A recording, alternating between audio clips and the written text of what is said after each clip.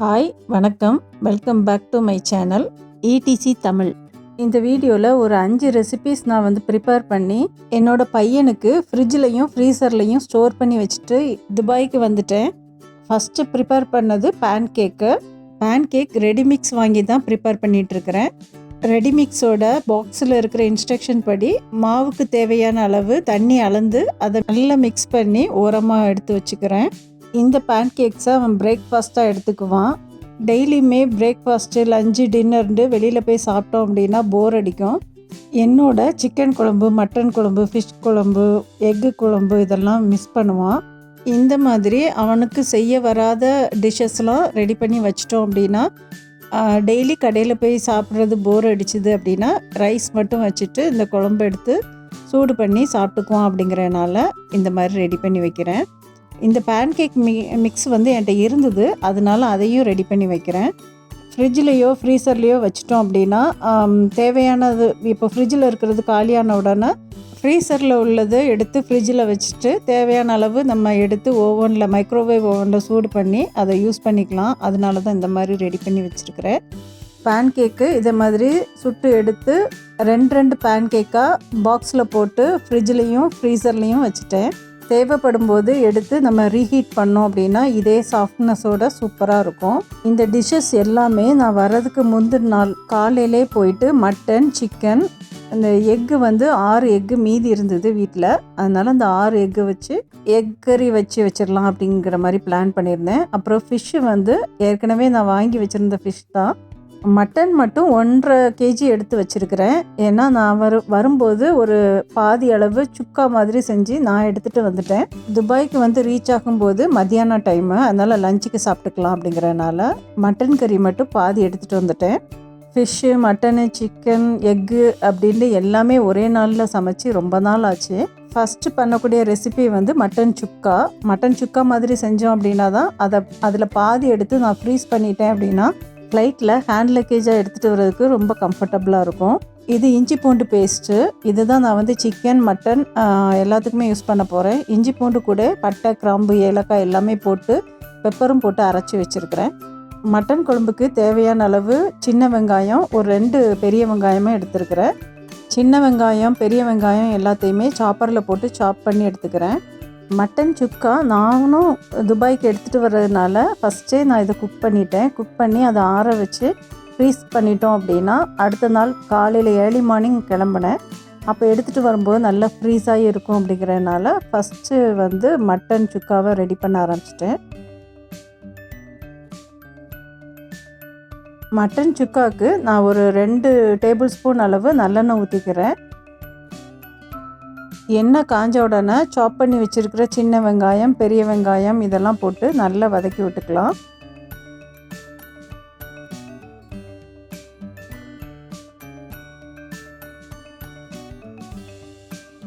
வெங்காயம் வதங்கின உடனே ஒரு 2 டேபிள் ஸ்பூன் அளவு இஞ்சி, பூண்டு, கரம் மசாலாலாம் போட்டு அரைச்சி வச்சுருக்கிற பேஸ்ட்டில் போட்டு நல்லா பச்சை வாடை போகிற வரைக்கும் வதக்கி எடுத்துக்கிறேன்.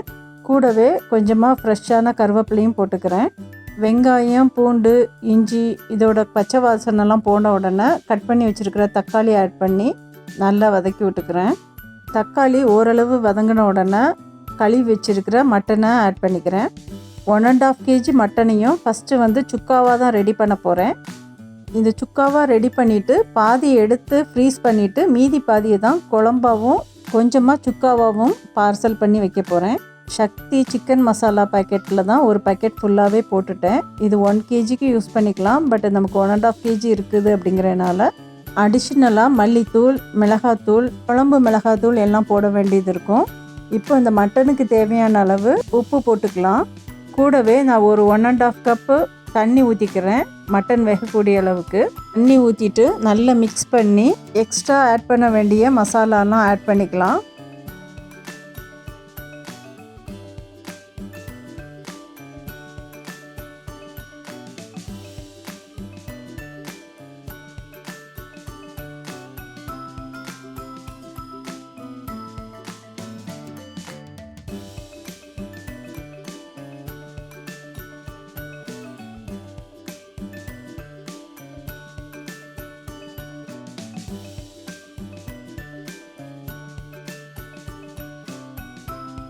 மசாலாலாம் போட்டுட்டு குக்கரை மூடி 5 to 6 விசில் வச்சு எடுத்துக்கிறேன்.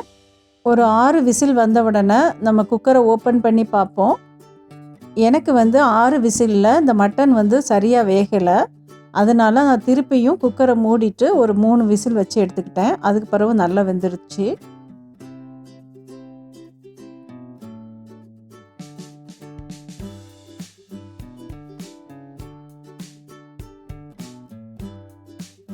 எக்ஸ்ட்ரா 3 விசில் வச்சு எடுத்த உடனே மட்டன் நல்லா வெந்துருச்சு. கொஞ்சம் வாட்டர் கண்டென்ட் அதிகமாக இருக்குது. அதனால் ஒரு 5 மினிட்ஸ் நல்லா கொதிக்க வச்சு எடுத்தோம் அப்படின்னா கெட்டியாயிடும், சுக்கா மாதிரி. ஆறின உடனே பாதி எடுத்து ஃப்ரீஸ் பண்ணிட்டேன். மீதி பாதியில் தேங்காய் அரைச்சி ஊற்றி மட்டன் குழம்பு மாதிரி ரெடி பண்ணிவிட்டு அதுவும் ஆறின உடனே தனித்தனி கண்ணாடி பாக்ஸில் போட்டு ஃப்ரிட்ஜில் கொஞ்சம் நிறையா ஃப்ரீசர்லேயும் ஃப்ரீஸ் பண்ணிட்டேன். நெக்ஸ்ட்டு மீன் குழம்பு பண்ணுறதுக்கு தேவையான அளவு தக்காளி, வெங்காயம், தேங்காய் எல்லாமே எடுத்து வச்சுருக்கிறேன். தேங்காய் கூட கொஞ்சமாக சின்ன வெங்காயம் போட்டு நல்ல பேஸ்ட் மாதிரி அரைச்சி ரெடியாக வச்சுக்கிறேன். மத்தி மீனையும் சீப்பு மீனையும் ஒன்றா போட்டு தான் ஒரே மீன் குழம்பா வைக்க போகிறேன். ஒரு கடாயை அடுப்பில் வச்சு எண்ணெய் ஊற்றி எண்ணெய் காஞ்ச உடனே ஒரு 4-5 வெந்தயத்தை போட்டு வெந்தயம் பொரிஞ்ச உடனே கடுகு உளுந்தம்பருப்பு போட்டு தாளிச்சுக்கிறேன். கடுகெல்லாம் வெடித்த உடனே கட் பண்ணி வச்சுருக்கிற சின்ன வெங்காயத்தை போட்டு நல்லா வதக்கி விட்டுக்கிறேன். வெங்காயம் நல்லா வதங்கினோடனே கட் பண்ணி வச்சுருக்க தக்காளியை போட்டு வதக்கி விட்டுக்கலாம். தக்காளி வேகிறதுக்காக ஒரு 1.5 டீஸ்பூன் அளவு உப்பு போட்டு நல்லா வதக்கி விட்டுக்கிறேன். மீன் குழம்பு பண்ணுறதுக்கு ஆச்சி குழம்பு மிளகாத்தூளில் ஒரு 2 டேபிள் ஸ்பூன் அளவு போட்டுக்கலாம். அது கூடவே 1 டீஸ்பூன் அளவு காஷ்மீரி மிளகாத்தூள் போட்டுக்கிறேன். மீன் குழம்பு நல்ல கலர் கொடுக்கும்.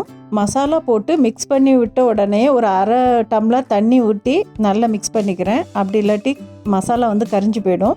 ஒரு எலுமிச்சம்பழம் அளவு புளி ஊற வச்சு வச்சுருக்கிறேன். அதையும் கரைச்சி ஊற்றிக்கிறேன். மசாலாவோட பச்சை வாசனைலாம் போன உடனே ஒரு அரை டீஸ்பூன் மஞ்சள் தூள் போட்டு மிக்ஸ் பண்ணி விட்டுக்கிறேன்.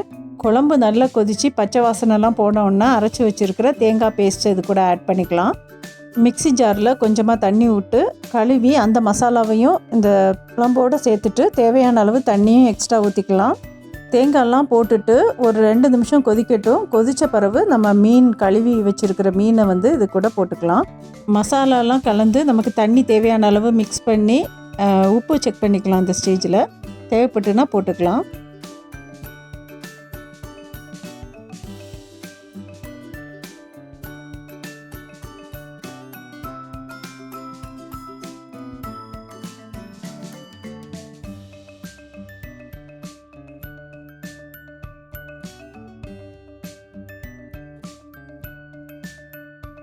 மீனெல்லாம் சேர்த்துட்டு ரொம்ப கிண்டி விடாமல் நல்லா மிக்ஸ் பண்ணி விட்டுட்டு ஒரு 10 நிமிஷம் கொதித்த பிறகு ஸ்டவ் ஆஃப் பண்ணிவிட்டு இறக்கி வச்சிடலாம். சூப்பராக மீன் குழம்பு ரெடி ஆகிடுச்சு. இந்த மீன் குழம்பும் ஆறின உடனே தனித்தனி கண்ணாடி பாக்ஸில் போட்டு ஸ்டோர் பண்ணிட்டேன். ஃப்ரிட்ஜில் கொஞ்சமாக, மீதி எல்லாம் ஃப்ரீசர்லேயும் ஸ்டோர் பண்ணிட்டேன். நெக்ஸ்ட்டு சிக்கன் குழம்புக்கு ரெடி பண்ணுறேன். குக்கரில் ஒரு 2 டேபிள் ஸ்பூன் அளவு நல்லெண்ணெய் ஊற்றிருக்கிறேன். எண்ணெய் காஞ்ச உடனே கட் பண்ணி வச்சுருக்கிற சின்ன வெங்காயத்தை போட்டு நல்லா வதக்கி விட்டுக்கலாம். வெங்காயம் வதங்கினோடனே கட் பண்ணி வச்சுருக்கிற தக்காளியை போட்டுக்கிறேன்.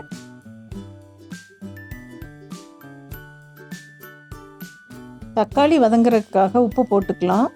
கூடவே கொஞ்சம் கருவேப்பிலையும் போட்டுட்டு நல்லா மிக்ஸ் பண்ணி விட்டுட்டு கழுவி வச்சுருக்கிற சிக்கன் பீசஸை ஆட் பண்ணிக்கலாம்.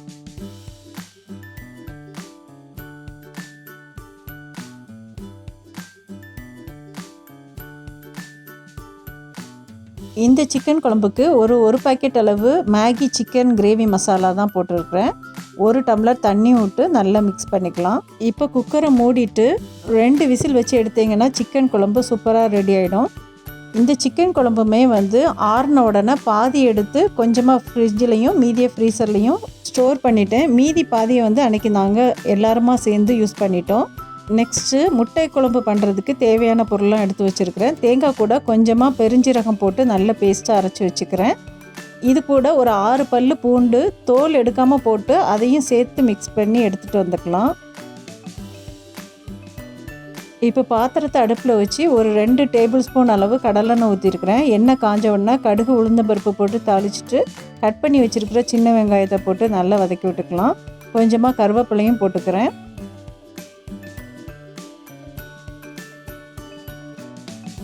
பூண்டு போட்டு அரைச்ச பிறகு ஒரு கையளவு சின்ன வெங்காயத்தையும் அந்த தேங்காவை கூட சேர்த்து நல்லா மையாக அரைச்சி வச்சுக்கிறேன்.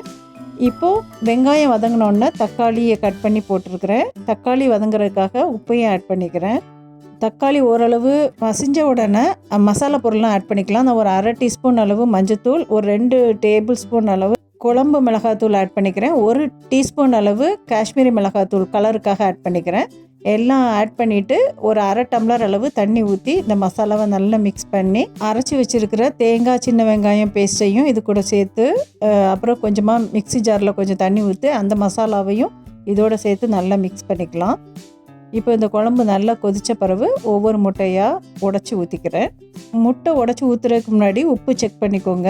உப்பு பத்தலைன்னா அந்த ஸ்டேஜிலே உப்பு போட்டுட்டு அதுக்கு பிறகு முட்டையை உடச்சி ஊற்றுனீங்கன்னா முட்டையிலையும் நல்ல உப்பு பிடிச்சி சூப்பராக இருக்கும் குழம்பு.